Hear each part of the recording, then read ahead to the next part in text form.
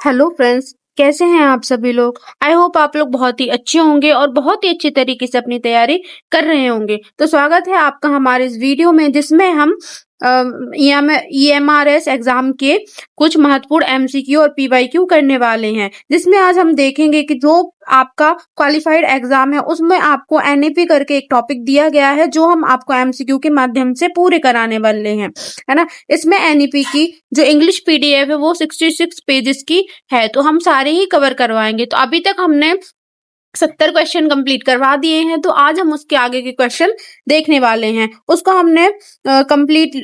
हम completely cover करेंगे, ताकि आपका एक भी एमसीक्यू मिस ना हो, है ना। तो चलिए देखते हैं हमारा आज का पहला प्रश्न। और पहला प्रश्न स्टार्ट करने से पहले मैं आपको बता दूं कि जो भी हमारे टेलीग्राम चैनल से अभी तक नहीं जुड़ा है, जल्दी से जुड़ जाइए, क्योंकि जितनी भी हमारी पीडीएफ होती हैं आपको वहीं भी प्रोवाइड कराई जाती है। और जिसने भी अभी तक हमारे यूट्यूब चैनल सब्सक्राइब नहीं किया है, तो जल्दी से सब्सक्राइब कर लीजिए और जल्दी से कमेंट कर दीजिए कि आपको हमारी वीडियो कैसी लग रही है ना। तो ज्यादा टाइम वेस्ट ना करते हुए चलिए देखते हैं हमारा आज का पहला प्रश्न। तो पहला प्रश्न है, तो चलिए फ्रेंड्स आज का पहला प्रश्न स्टार्ट करते हैं।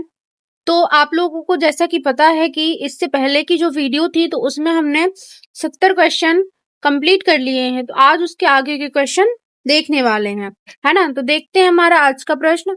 तो पहला प्रश्न है, जिन लोगों ने पहले ही 4 वर्षीय बहुविषयक स्नातक की डिग्री पूरी कर ली है, उनके लिए बीएड कार्यक्रम की अवधि क्या होगी। तो क्या पूछा है कि जिनने पहले ही 4 वर्ष की स्नातक की डिग्री पूरी कर ली है ना, तो उनके लिए बीएड की अवधि क्या होगी। तो पहला ऑप्शन है 4 वर्ष, दूसरा ऑप्शन है 2 वर्ष, तीसरा ऑप्शन है 1 वर्ष और लास्ट ऑप्शन है 6 महीने। तो कितनी होगी उनके लिए बीएड की अवधि। 4 वर्ष होगी कि 2 वर्ष होगी कि 1 वर्ष होगी कि 6 महीने होगी।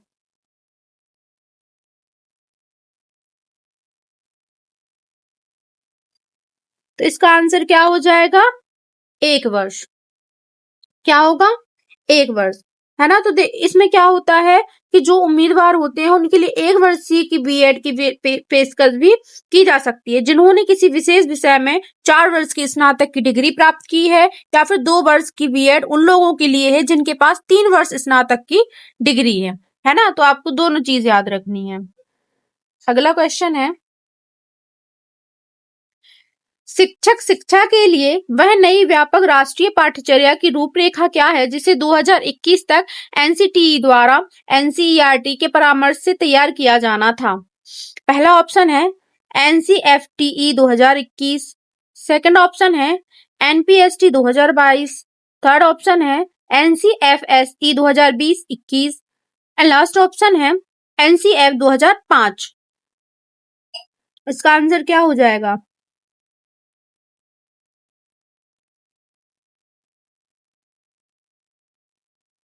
तो इसका आंसर क्या हो जाएगा, एनसीएफटी 2021।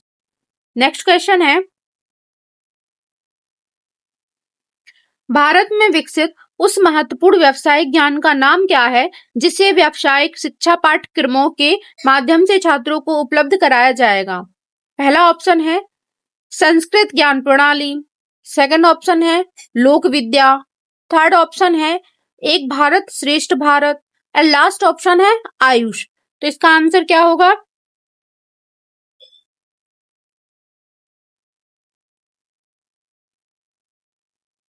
इसका आंसर क्या हो जाएगा, इसका आंसर होगा लोक विद्या। क्या हो जाएगा, लोक विद्या।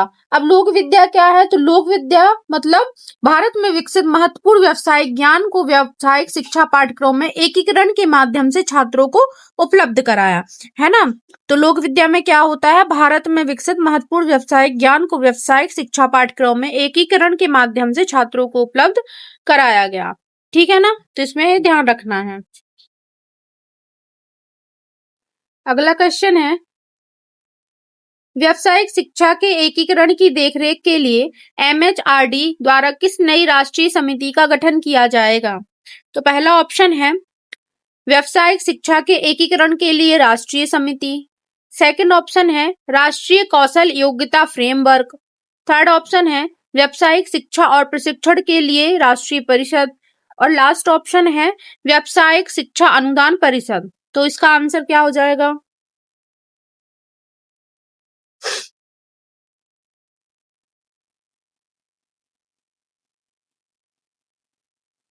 इसका आंसर क्या हो जाएगा? व्यावसायिक शिक्षा के एकीकरण के लिए राष्ट्रीय समिति। ऑप्शन नंबर ए इसका सही आंसर हो जाएगा। अगला क्वेश्चन है, आरपीडब्ल्यूडी अधिनियम 2016 के अनुसार जिसे नीति द्वारा समर्थित किया गया है, बेंचमार्क विकलांगता वाले बच्चों के पास क्या विकल्प होगा? पहला ऑप्शन है उन्हें केवल विशेष स्कूलों में ही पढ़ना चाहिए। सेकंड ऑप्शन है उन्हें केवल नियमित स्कूलों में ही पढ़ना चाहिए।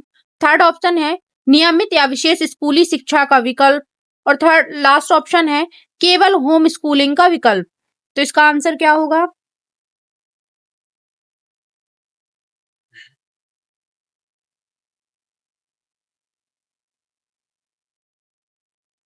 तो इसका क्या होगा आंसर?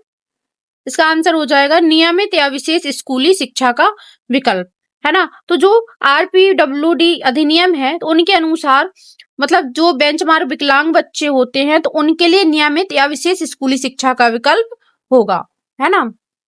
अगला क्वेश्चन है,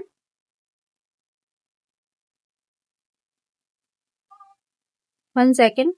हाँ, नीति अपनी परंपराओं को संरक्षित करने के लिए वैकल्पिक प्रकार के स्कूलों जैसे गुरुकुल हो गई, पाठशाला का समर्थन कैसे करेगी? तो पहला ऑप्शन है उन्हें सभी राष्ट्रीय पाठ्यचर्या मानकों से छूट देकर। सेकंड ऑप्शन है उनके पाठ्यक्रम में गणित, विज्ञान और सामाजिक अध्ययन जैसे विषयों को शामिल करने के लिए वित्तीय सहायता प्रदान करके। थर्ड ऑप्शन है उन्हें नियमित पब्लिक स्कूलों में परिवर्तित करके, और लास्ट ऑप्शन है यह अनिवार्य करके कि वे केवल पारंपरिक विषय ही पढ़ाएं। तो बताइए इसका आंसर क्या हो जाएगा?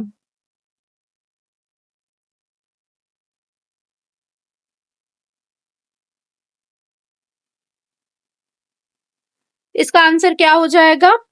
उनके पाठ्यक्रम में विज्ञान, गणित और सामाजिक अध्ययन जैसे विषयों को शामिल करने के लिए वित्तीय सहायता प्रदान करके, है ना। अगला क्वेश्चन है,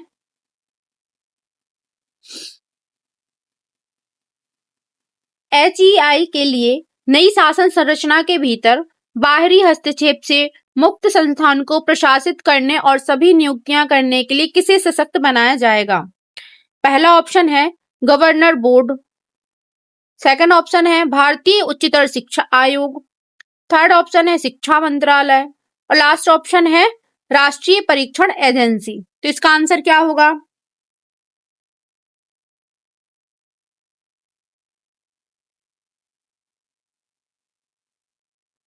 इसका आंसर क्या हो जाएगा? गवर्नर बोर्ड, है ना। क्या होगा? Governor board. बीओजी का फुल फॉर्म भी याद रखना है, बोर्ड ऑफ गवर्नर्स, है ना। तो ये फुल फॉर्म में याद रख लेना, ठीक है। तो इसमें क्या होता है, जो संस्थान का गवर्नर बोर्ड होता है वो किसी भी बाहरी हस्तक्षेप से मुक्त संस्थान को प्रशासित करने, संस्थान के प्रमुख सहित सभी नियुक्तियां करने और शासन के संबंध में सभी निर्णय लेने के लिए सशक्त होगा, है ना। तो ये दोनों चीज याद रखनी है आपको। अगला क्वेश्चन है, अनुवाद और व्याख्या के प्रयासों में सहायता करने और विभिन्न भारतीय भाषाओं में उच्च गुणवत्ता वाली शिक्षण सामग्री उपलब्ध कराने के लिए किस नए संस्थान की स्थापना की जाएगी? तो पहला ऑप्शन है भारतीय अनुवाद और व्याख्या संस्थान, सेकंड ऑप्शन है केंद्रीय भारतीय भाषा संस्थान, थर्ड ऑप्शन है बुनियादी साक्षरता पर राष्ट्रीय मिशन, और लास्ट ऑप्शन है पाली, फारसी और प्राकृत के लिए राष्ट्रीय संस्थान।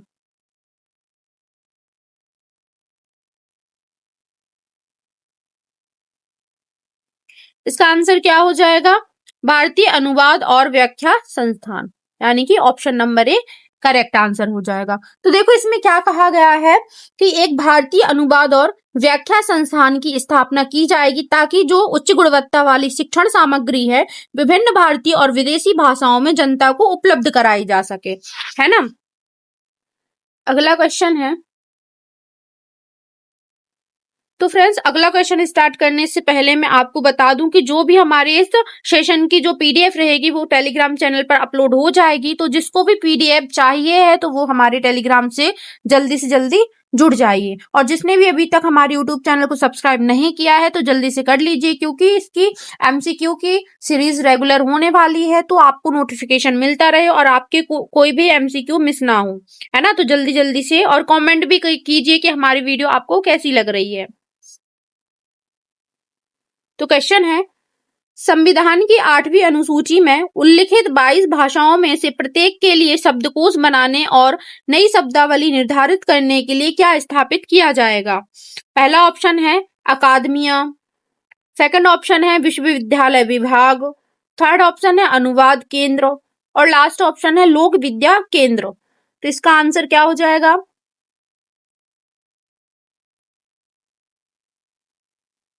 तो इसका आंसर क्या हो जाएगा?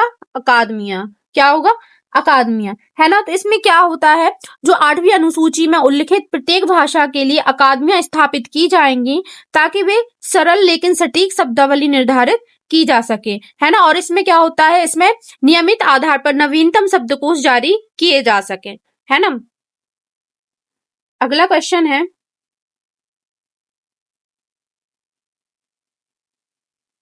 एक सेकंड थोड़ा छोटा कर लूं। नई शिक्षा संरचना में संस्कृत को कैसे पेश किया जाएगा ताकि यह सुनिश्चित हो सके कि इसे अलगाव में नहीं पढ़ाया जाता है? पहला ऑप्शन है, एक सेकंड, हाँ, पहला ऑप्शन है इसे एकल धारा वाले संस्कृत पाठशालाओं तक सीमित रखा जाएगा। सेकंड ऑप्शन है इसे मुख्य धारा में लाया जाएगा और गणित, दर्शन और योग जैसे अन्य प्रासंगिक विषयों में जोड़ा जाएगा। थर्ड ऑप्शन है इसे केवल एक ऑनलाइन मॉड्यूल के रूप में पेश किया जाएगा। और लास्ट ऑप्शन है यह सभी छात्रों के लिए एक अनिवार्य भाषा होगी। तो इसका आंसर बताइए जल्दी से कमेंट बॉक्स में।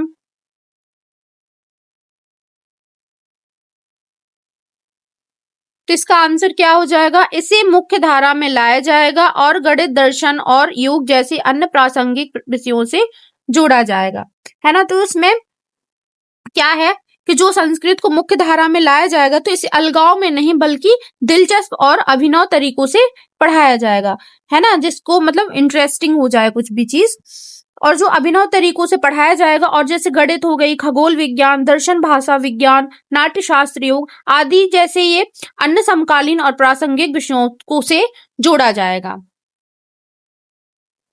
अगला क्वेश्चन है,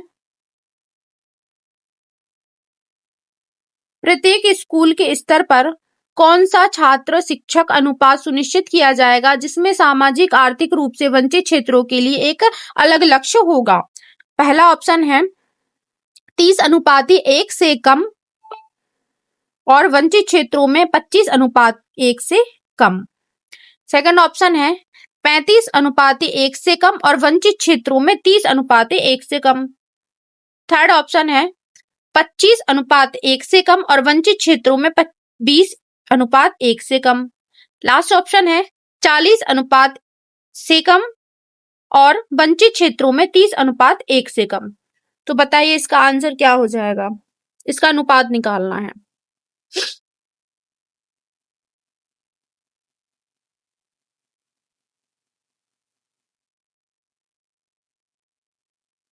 तो इसका आंसर क्या हो जाएगा? 30:1 से कम और वंचित क्षेत्रों में 25:1 से कम, है ना। तो इसमें क्या है, प्रत्येक स्कूल के स्तर पर 30:1 से कम का छात्र शिक्षक अनुपात सुनिश्चित किया जाएगा। इसमें आगे क्या होगा, तो सामाजिक आर्थिक रूप से वंचित क्षेत्र वाले छात्र हैं तो उनमें कम से कम 25:1 से कम के पीटीआर का लक्ष्य रखेंगे, है ना। अगला क्वेश्चन है, 10+2 या उच्चतर योग्यता वाली आंगनवाड़ी कार्यकर्ताओं को उनके व्यवस्थित ECCE प्रशिक्षण के भाग के रूप में क्या योग्यता दी जाएगी? पहला ऑप्शन है ECCE में 1 वर्षीय डिप्लोमा कार्यक्रम। सेकंड ऑप्शन है ECCE में 6 महीने का प्रमाण पत्र कार्यक्रम। थर्ड ऑप्शन है बुनियादी शिक्षा में 2 वर्षीय B.Ed degree. And last option है 3 महीने का कौशल विकास कोर्स। इसका आंसर क्या हो जाएगा?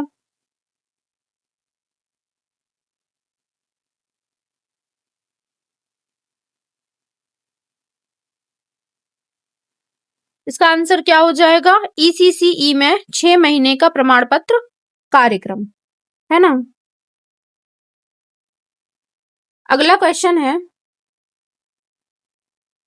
स्थानीय ज्ञान और व्यवसायों को बढ़ावा देने के लिए स्कूल कॉम्प्लेक्सों को मास्टर प्रशिक्षक के रूप में किसी नियुक्त करने के लिए प्रोत्साहित किया जाएगा?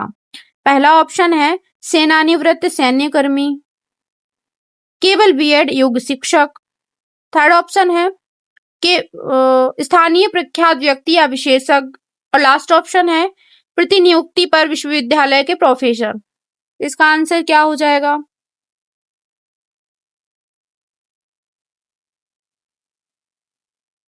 इसका आंसर हो जाएगा स्थानीय प्रख्यात व्यक्ति या विशेषज्ञ, है ना।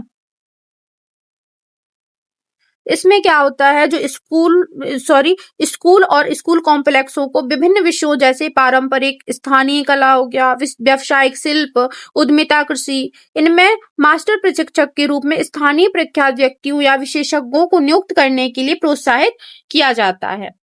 अगला क्वेश्चन है नई माध्यमिक अवस्था 4 से 18 आयु वर्ग को कवर करती है। एक सेकंड। हाँ, नई माध्यमिक अवस्था 14 से 18 आयु वर्ग को कवर करती है। नई 5+3+3+4 संरचना में इस चरण को आगे कैसे विभाजित किया गया है? पहला ऑप्शन है 2 चरणों में ग्रेड 9 से 10 और 11 से 12, यानी कि पहला 9 से 10 और दूसरा 11 से 12। सेकंड ऑप्शन है 4 अलग अलग वर्षों में प्रत्येक एक विशिष्ट फोकस के साथ। थर्ड ऑप्शन है एक एकल 4 वर्षीय बहुविषयक ब्लॉक के रूप में। और लास्ट ऑप्शन है जूनियर सेकेंडरी और सीनियर सेकेंडरी के रूप में, यानी जूनियर सेकेंडरी यानी कि ग्रेड 9 और जो सीनियर सेकेंडरी हो उसमें 10 से 12 तक, है ना।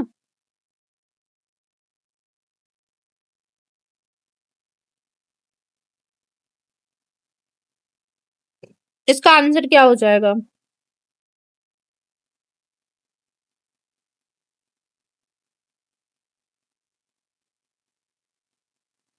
इसका आंसर क्या हो जाएगा?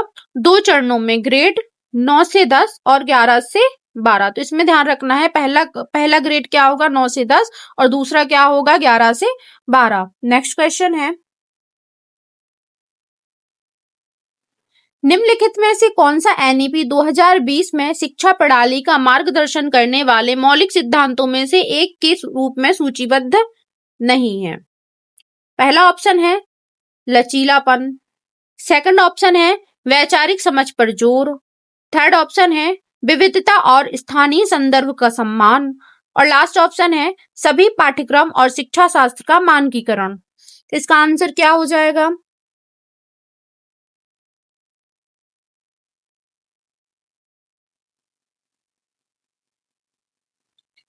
इसका आंसर क्या हो जाएगा? सभी पाठ्यक्रम और शिक्षा शास्त्र का मानकीकरण, है ना। इसमें क्या होता है जो इस नीति में क्या होता है, लचीलापन, वैचारिक समझ पर जोर और विविधता का सम्मान और स्थानीय संदर्भ का सम्मान को मौलिक सिद्धांतों के रूप में सूचीबद्ध करती है ना। तो यह सभी शिक्षा शास्त्र के मानकीकरण को सूचीबद्ध नहीं करती है, वास्तव में यह लचीलेपन और स्वायत्तता को बढ़ावा देती है। तो इसमें क्या क्या होता है, जो मौलिक सिद्धांत होते हैं उसके रूप में ये सूचीबद्ध करती है। ठीक है, अगला क्वेश्चन है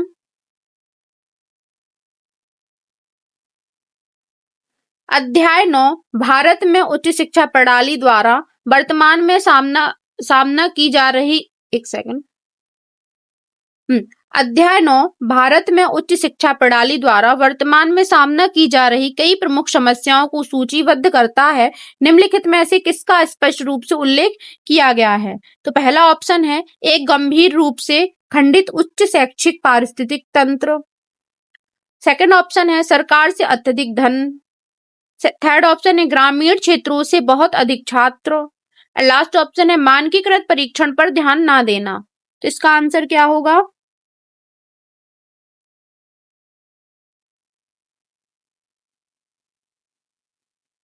इसका आंसर होगा एक गंभीर रूप से खंडित उच्च शैक्षिक पारिस्थितिकी तंत्र, है ना। अगला क्वेश्चन है,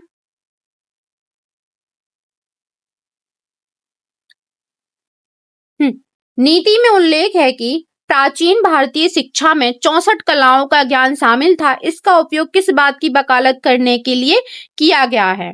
पहला ऑप्शन है कला और विज्ञान का अलगाव। सेकंड ऑप्शन है एक समग्र और बहुविषयक शिक्षा यानी कि उदार कला। थर्ड ऑप्शन है संस्कृत को अनिवार्य भाषा के रूप में बढ़ावा देना। और लास्ट ऑप्शन है सभी व्यावसायिक विषयों को बंद करना। तो इसका आंसर क्या हो जाएगा?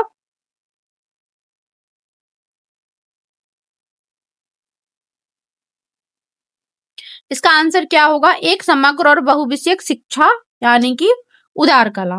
तो देखो अब इसमें क्या होता है, इसमें कितनी कलाएं होती है? 64 कलाओं में, है ना। 64 कलाओं में वैज्ञानिक, व्यावसायिक और पेशेवर क्षेत्र शामिल थे। यह तब कहती है कि कई कलाओं का ज्ञान, या जिसे आधुनिक समय में अक्सर उदार कला कहा जाता है। क्या कहा जाता है? उदार कला। तो आपको ये ध्यान रखना है, क्या कहा जाता है? उदार कला, है ना। तो हमारा अगला क्वेश्चन देखते हैं। भारत को एक वैश्विक अध्ययन गंतव्य के रूप में बढ़ावा देने के लिए नीति किन विदेशी विश्वविद्यालयों को भारत में संचालित करने की सुविधा प्रदान करती है? पहला ऑप्शन है कोई भी विश्वविद्यालय जो गैर लाभकारी है। सेकंड ऑप्शन है केवल सार्क देशों में विश्वविद्यालय। थर्ड ऑप्शन है चयनित विश्वविद्यालय जैसे दुनिया के शीर्ष 100 विश्वविद्यालयों में से। और लास्ट ऑप्शन है केवल वे विश्वविद्यालय जो भारतीय भाषाओं में पढ़ाते हैं। इसका आंसर क्या हो जाएगा?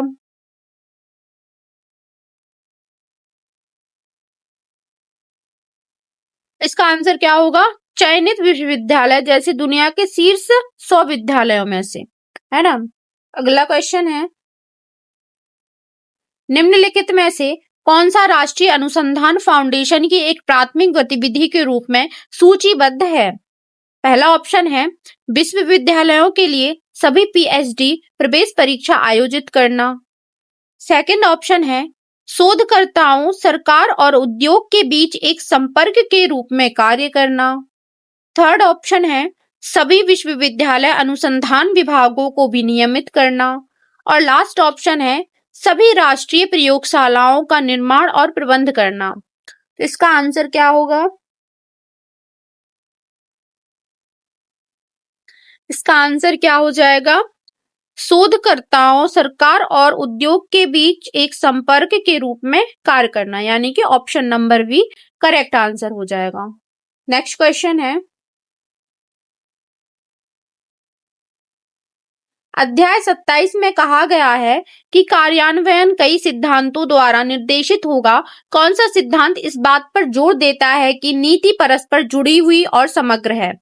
तो पहला ऑप्शन है प्राथमिकता। दूसरा ऑप्शन है चरणबद्ध तरीका। तीसरा ऑप्शन है व्यापकता। और लास्ट ऑप्शन है वित्तीय संसाधन। तो इसका आंसर क्या होगा?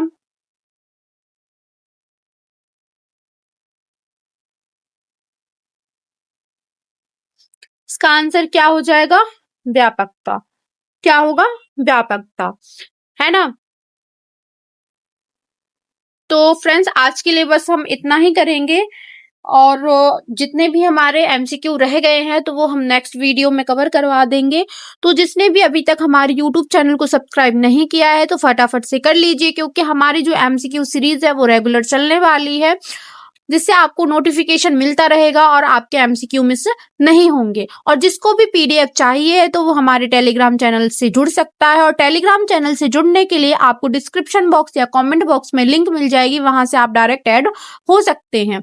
तो आपको हमारी वीडियोस कैसी लगी है आप कमेंट बॉक्स में कमेंट जरूर कीजिएगा, ताकि हमें पता लगे कि आप लोगों को हमारी वीडियो पसंद आ रही है या नहीं आ रही, ताकि हम और अच्छा कंटेंट आपके लिए ला सकें, है ना। तो आज के लिए बस इतना ही करेंगे, कल फिर मुलाकात होगी ऐसे ही मजेदार वीडियो के साथ। तब तक के लिए bye bye, take care, have a nice day, thank you, जय हिंद।